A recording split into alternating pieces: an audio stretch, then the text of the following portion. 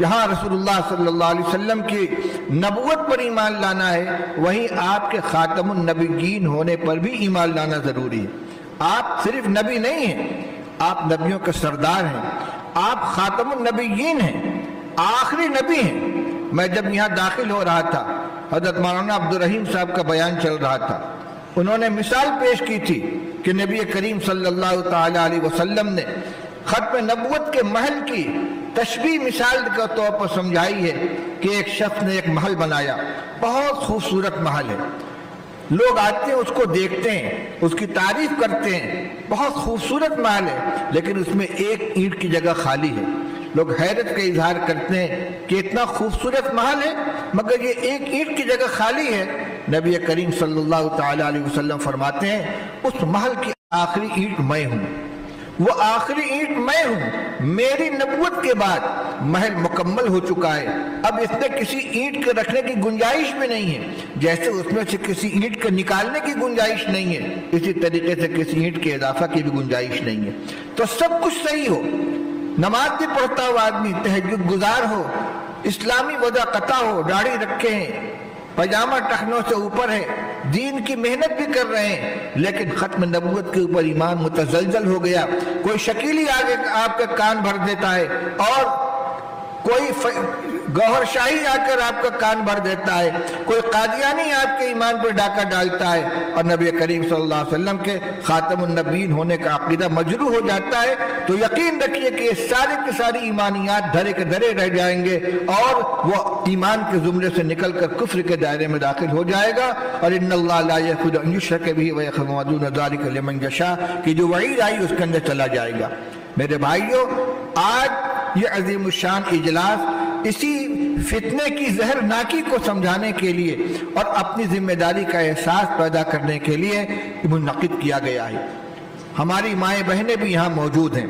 اس وقت ایمان کو ختم کرنے کے لیے کئی طرح کی کوششیں ہو رہی ہیں، ارتداد کھلم کھلا آ رہا ہے۔ ایک تو یہ ہے کہ مسلمان کی شکل و صورت میں لوگ ہمارے پاس پہنچے اور کبھی مہدی کا نام لے کر کے مہدی کا ظہور ہو گیا ہے، وہ شکیل ابن حنیف ہے، کبھی گوہر شاہی کے فتنے کے ذریعے سے ایمان کے اندر تزلزل پیدا کریں، تشکیک کے اندر مبتلا کر دیں۔ ایک بات یہ بھی یاد رکھیے، ایمان یقین کا نام ہے، اگر کسی چیز کے بارے میں شک پیدا ہو گیا تو بھی ایمان ختم ہو جاتا ہے۔ اللہ ایک ہے، حضرت محمد رسول اللہ صلی اللہ علیہ وسلم اللہ کے نبی ہیں، اس پر ہمارا ایمان ہے۔ اگر شک ہو گیا کہ اللہ کا وجود ہے بھی کہ نہیں ہے، کہیں ایسا تو نہیں کہ صرف مولویوں کی اپنی طرف سے گڑھی ہوئی ایک بات ہے، ایمان ختم ہو گیا۔ نبی کریم صلی اللہ علیہ وسلم کی رسالت کے بارے میں اگر شک پیدا ہو گیا کہ آپ رسول ہیں کہ نہیں ہیں، ایمان ختم ہو گیا۔ لہذا ان فتنوں کے ذریعے سے جو تبلیغ کی جاتی ہے، چاہے شکیلیت کی دعوت دی جائے، گوہر شاہی کی دعوت دی جائے، یا اور جو نئے نئے فتنے ہیں جن کے اندر نبی کریم صلی اللہ علیہ وسلم کی شان نبوت اور ختم نبوت کو مجروح کیا جاتا ہے، جو کام نبی کا تھا وہ مقام دوسروں کو دیا جاتا ہے، حلال و حرام کا فیصلہ کرنے کا حق کسی اور کو دیا جا رہا ہے، نئے نئے احکام، نئے نئے مسائل کسی اور کے ذریعے بیان کیے جاتے ہیں اور اس کو اس کا ذمہ دار قرار دیا جاتا ہے، تو گویا نبی کریم صلی اللہ علیہ وسلم کی جو نبوت کی حیثیت تھی اس کو مجروح کر دیا گیا۔ تو ایک تو یہ فتنہ ہے کہ مسلمانوں کی شکل میں آ کر ایمان والوں کے ایمان کو ختم کرنے کی، خراب کرنے کی کوشش کی جاتی ہے، اور دوسرے بڑھ کر آج تو کھلم کھلا ایمان کے سے نکالنے کے لیے اور کفر میں داخل کرنے کے لیے محنتیں ہو رہی ہیں۔ اور بڑی افسوس کی بات یہ ہے کہ بڑی تعداد میں ہمارے نوجوان اور ان سے زیادہ ہماری بچیاں ایمان سے محروم ہو رہے ہیں۔ کالج یونیورسٹیوں میں پڑھنے والی ہی نہیں بلکہ بعض گھرانوں میں دینی تعلیم سے آراستہ جنہوں نے بچپن میں تعلیم حاصل کی ہے، ان کے بارے میں یہ خبریں مل رہی ہیں کہ وہ غیروں کے ساتھ چلی جا رہی ہیں اور ان سے اپنا تعلق قائم کر رہی ہیں۔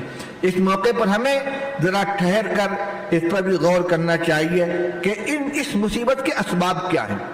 پہلے ان اسباب کی نشاندہی کریں، پھر ان کے سد باب کی کوشش کریں۔ سب سے بنیادی چیز ہے دینی تعلیم سے محرومی، صحیح عقائد سے ناواقفیت، اس کے لیے ہمارے علماء کرام محنت کر رہے ہیں، آوازیں لگا رہے ہیں، آپ سے فریاد کر رہے ہیں اور آپ کو یہ ذمہ داری سپرد کر رہے ہیں کہ ہر بستی میں، ہر مسجد کے اندر دینی مکتب قائم کیا جائے۔ کوئی بھی بچہ اور بچی بنیادی دینی تعلیم سے خالی نہ رہے، محروم نہ رہے۔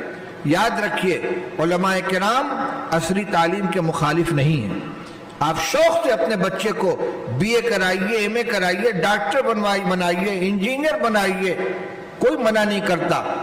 ملت کو ہر ایک کی ضرورت ہے، لیکن ان کی بنیاد کو مضبوط کیجیے، بنیادی دینی تعلیم سے ان کے دل و دماغ کو منور کیجئے، وہ جانے کہ اللہ کے بارے میں ہمارا کیا عقیدہ ہونا چاہیے، نبی کریم صلی اللہ علیہ وسلم کے بارے میں کیا عقیدہ ہونا چاہیے، تقدیر کسے کہتے ہیں، آخرت کیا چیز ہے، قیامت کا کیا معاملہ ہے، جنت و جہنم کیا چیز ہے۔ آج تو امت کا بڑا طبقہ وہ ہے جو ان چیزوں سے بالکل نابلد ہے، ناواقف ہے۔ کیوں؟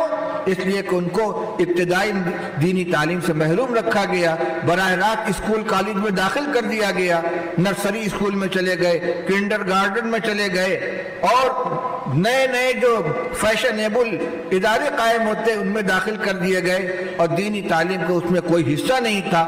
اسی طرح بڑھتے بڑھتے وہ اوپر پہنچے۔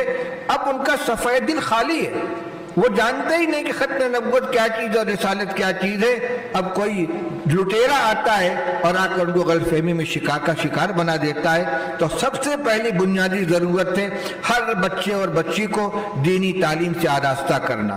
جو ابھی تعلیم کے مرحلے میں ہیں، جو اسکولوں میں پڑھنے والے ہیں، ان کے لیے ان مکاتب کا انتظام کرنا، یا قائم ہے تو ان میں ان بچوں کو داخل کرنا جہاں چند گھنٹوں کے لیے مکاتب کا نظام چل رہا ہے اور دینی تعلیم ان کو دی جاتی ہے، یا اپنے بچوں کو مدارس کے اندر داخل کریں جہاں ہم کو عصری علوم کے حامل نوجوانوں کو ضرورت ہے۔